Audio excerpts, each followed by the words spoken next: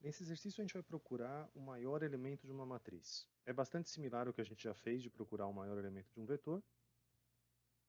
A gente vai continuar trabalhando com funções, então a função vai receber do usuário uma matriz de números naturais, uma matriz de inteiros. Essa função vai receber também o número de linhas e o número de colunas da matriz, as dimensões da matriz, e ela vai retornar o maior elemento da matriz. Então, vamos escrever esse código.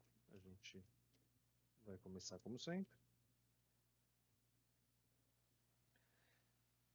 A gente vai definir duas constantes simbólicas. Então, eu vou chamar de lim, tudo em maiúsculo, o número de linhas, por exemplo, 3. E eu vou fazer uma matriz não quadrada, só para variar um pouquinho. Então, fazer uma matriz que tenha 3 linhas e 4 colunas. O protótipo da minha função vai ser... É uma função que retorna um número inteiro. A gente tem que buscar, na verdade, o número máximo. Eu escrevi errado, o maior de todos eles. Então, busca máximo. Essa função recebe as dimensões da matriz. Eu vou chamar de L e C. E também uma matriz genérica M, que tem L linhas e C colunas. Eu estou usando nomes diferentes do linha e coluna porque a gente está pensando aqui numa possibilidade de um programa mais complexo, uma possibilidade de que você tem várias matrizes de tamanhos diferentes.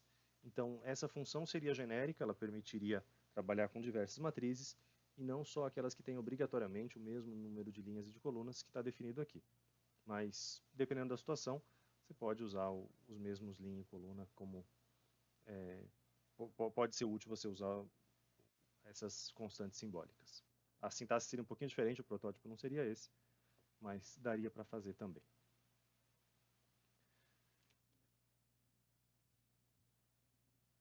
Deixando aqui um espaço reservado para a função main. Como é que vai ser a lógica da nossa função? Número de linhas, número de colunas e nossa matriz M com L linhas e C colunas. A gente vai ter que percorrer toda a matriz. E percorrer toda a matriz é uma coisa que só pode ser feita com dois contadores. Um contador para o número de linhas e um contador para o número de colunas. E a gente tem que definir um valor, uma variável que vai ser o máximo original da matriz. E eu vou inicializar, por falta de opção melhor, eu vou inicializar com o elemento 00. E aí a gente vai percorrer I começando de 0, I menor do que L, incrementando I de 1 em 1, J começando de 0, J menor do que o número de colunas, J sendo incrementado de 1 em 1. Se o elemento em questão, o elemento IJ, for maior do que o máximo que foi registrado até o momento, então a gente pode atualizar o valor do máximo. Máximo recebe M e J. E assim matriz vai o algoritmo vai substituindo cada um dos valores máximos que a gente encontrar.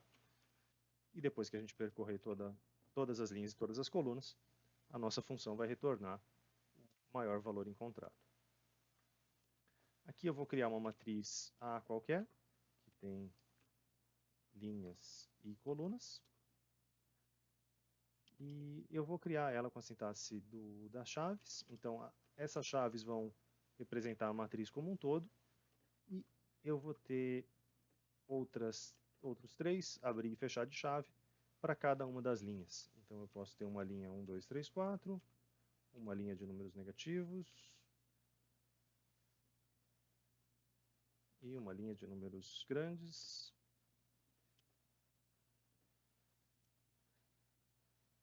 E é isso. Então, cada uma das linhas da matriz, cada uma das 3 linhas está representada por um conjunto desse, e entre cada par de chaves a gente tem 4 elementos. Eu vou ter uma variável m para receber o retorno da função. M recebe busca máximo de linha, coluna e a matriz A, só o nome dela é necessário, não precisa colocar, aliás, não pode colocar as dimensões da matriz aqui, não faria sentido. E aí, o maior elemento é porcentagem D, e é o nossa variável M que foi encontrada anteriormente.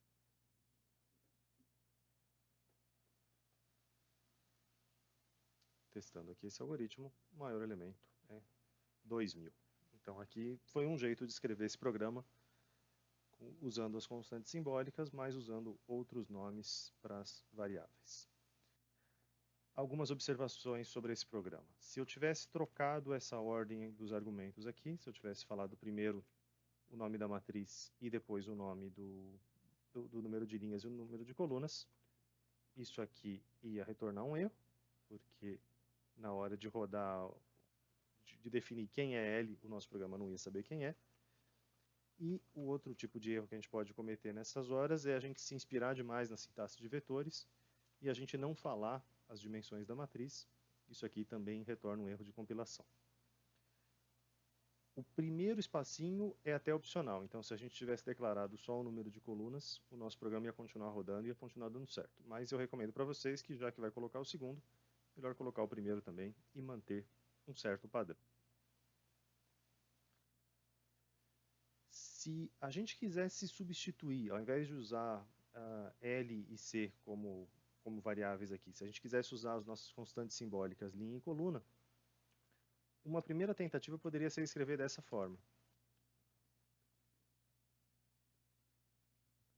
Linha e coluna, aqui linha e coluna. E na hora que a gente roda o programa, ele vai dar um erro, porque agora a gente tem uma incompatibilidade. A constante simbólica está sendo usada como se fosse uma variável. E aí o nosso programa não consegue mais entender o que seria esse lim. Então as coisas não iam funcionar. Também não ia funcionar porque eu fiz uma coisa inconsistente aqui, né? Aqui eu esqueci de substituir esse lim e esse coluna, mas não foi isso que causou o erro de compilação. Eu vou rodar novamente para mostrar isso para vocês. Era só um erro a mais no meu programa. Como é que seria a forma correta? Se a gente quisesse fazer dessa forma com as constantes simbólicas, as constantes simbólicas não são variáveis. Então, eu não deveria definir isso aqui. Não deveria definir isso aqui.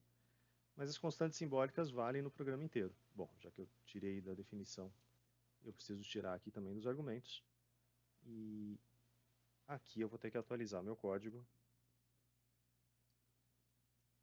Linha e coluna para percorrer todos eles.